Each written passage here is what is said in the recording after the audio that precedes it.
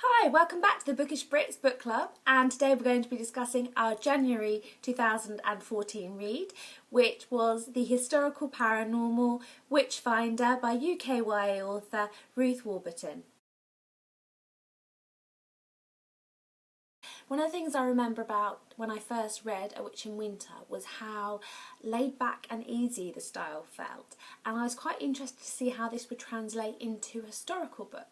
And although obviously the style is very different and the setting's very different, I actually found that Ruth's kind of casual style followed through.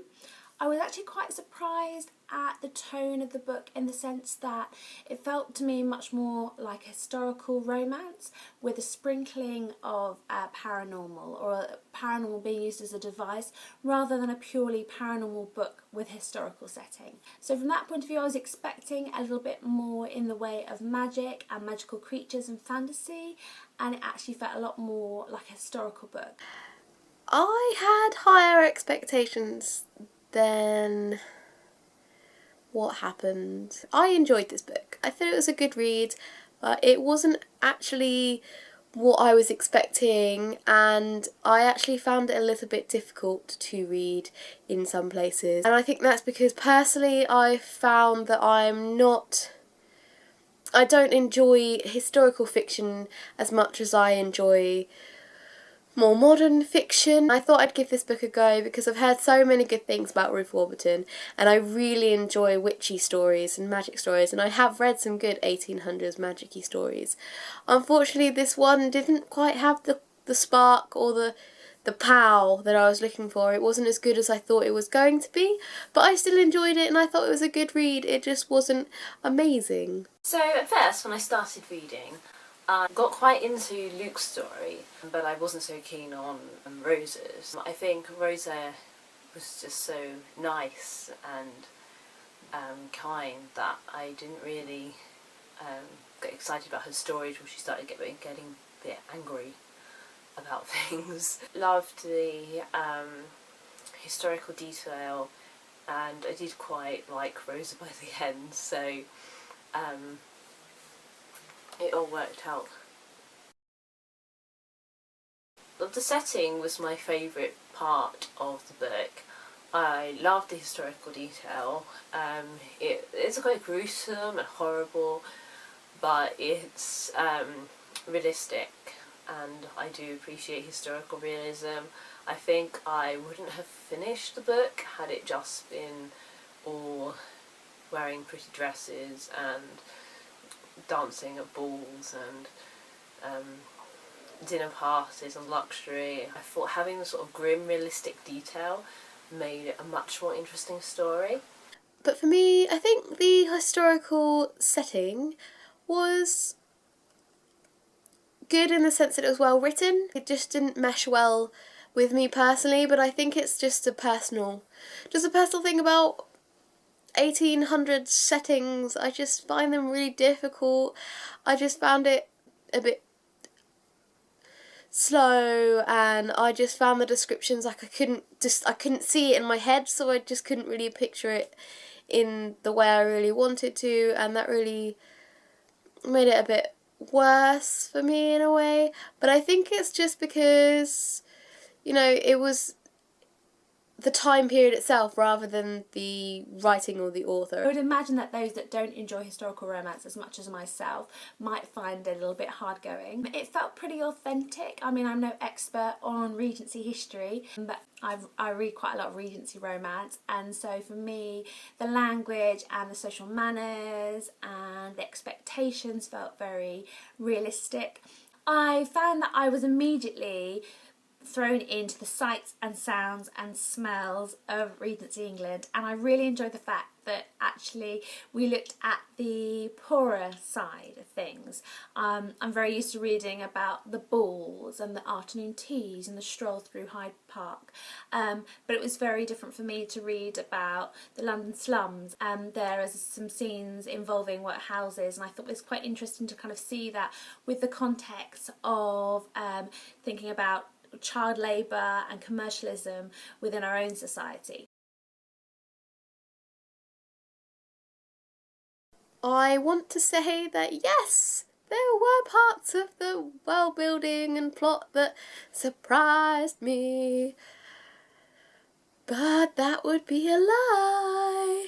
Unfortunately, another problem I had with this book was that the plot just was so straightforward. You could see it all right from the beginning, and there was like no moments where I was like, no way. I was just like, yeah, I knew that was coming. But it was still enjoyable. I needed more. I wanted something to just like throw themselves off their pages. I guess maybe kind of a little bit, no, I can't think of anything without spoiling it. There was possibly one moment where I was a bit like, whoa, I didn't see that coming. But then as soon as that passed and then that got resolved, I was like, well, I knew that was going to get resolved that way. And it just, yeah, seemed a bit straightforward. Sorry. The main thing that surprised me about Witchfinder was the fact that it had relatively little in the way of paranormal within it.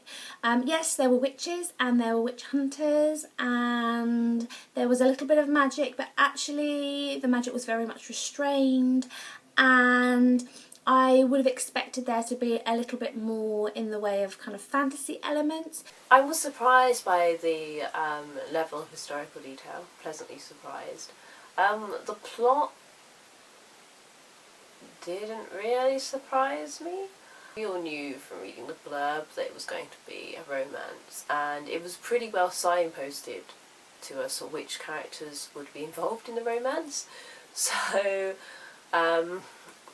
the development of that was not a surprise at all. I don't think there were any surprises in the world building for me either, but there were lots of mysteries set up, so I'm expecting there to be some interesting twists and turns and surprises in the second book. I would probably say my favourite character was actually Rosa. I really liked how sort of powerful she was and sort of very feminist person.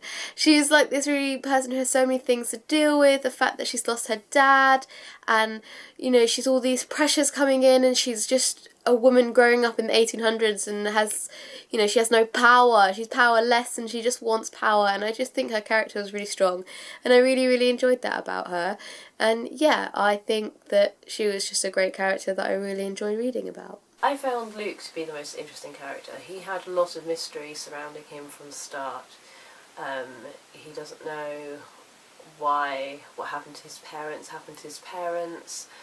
and he doesn't know where his special abilities come from, and he has this great moral struggle over whether or not he should be trying to kill Rosa. I also found lots of the other characters interesting, but we didn't get to know as much about them, so I wasn't quite as hooked into their story. I found Sebastian's character quite interesting, and I would have liked to get to know him a bit more. I found him really difficult to gauge because on one hand he's very charming, very caring, and then on another hand he is an evil character. So I'm not quite sure what's going on with him.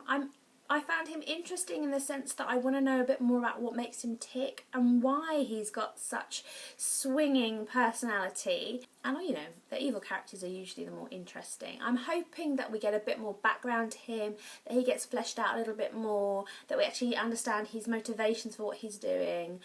I have some suspicions of what might be causing his personality fluctuations. So from that point alone, I need to read the next books to see if I'm anywhere near the truth.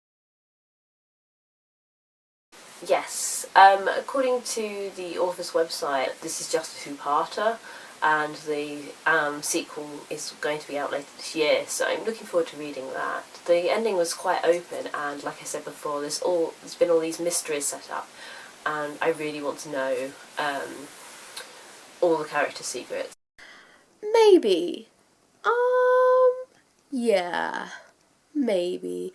I don't know. I really want to read the first series that this is a spin-off of because it's set in modern times and I feel like that's more something to be more that I'm going to enjoy a little more. I kind of am intrigued enough to want to know what's going to happen next and how they're going to get out and what's going to happen and what.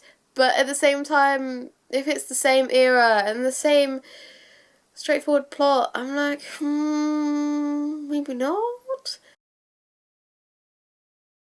Well, the most obvious book / series for me to recommend is the Gemma Doyle series by Libba Bray. It's a trilogy of books which follow the story of Gemma Doyle, who discovers that she has magical powers shortly after her mother is killed. It mostly takes place in rural England at a boarding school, but there's also sections in London, there's sections in the whole fantasy world, and it's also quite realistic about women's place in society during the Victorian era, and it really explores the way in which having this magical power can free girls from the restrictions placed upon them by society, and I love all that stuff. Hopefully you do too. So this is kind of difficult since I didn't entirely enjoy the story, so I'm actually going to kind of go slightly off tangent. For this I'm going to choose Scarlet by A.C. Gougen. I probably said that completely wrong, but basically this is a Robin Hood adaptation where Will Scarlet is actually a girl, and it's amazing. It's a brilliant, brilliant book, and yeah, I would definitely recommend it. The first book that I'm going to recommend is Alexandra Harvey's A Breath of Frost. It's the first book in a new trilogy, The Lovegrove Legacy, and it was published this month. In fact, it comes out on the 30th of January. The reason that I'm recommending this book is it is also a historical paranormal. It is also set in the 1800s, and I found it really enjoyable. It had much more of the fantasy and paranormal elements that I was expecting to find in Witchfinder, and I'm excited to continue with this series. The second book I'm going to recommend to you is a little bit different. It's not set in Regency England, but it is paranormal and it has historical setting, but it also has some steampunk, and that is Soulless by Gail Carriger. I absolutely love this book.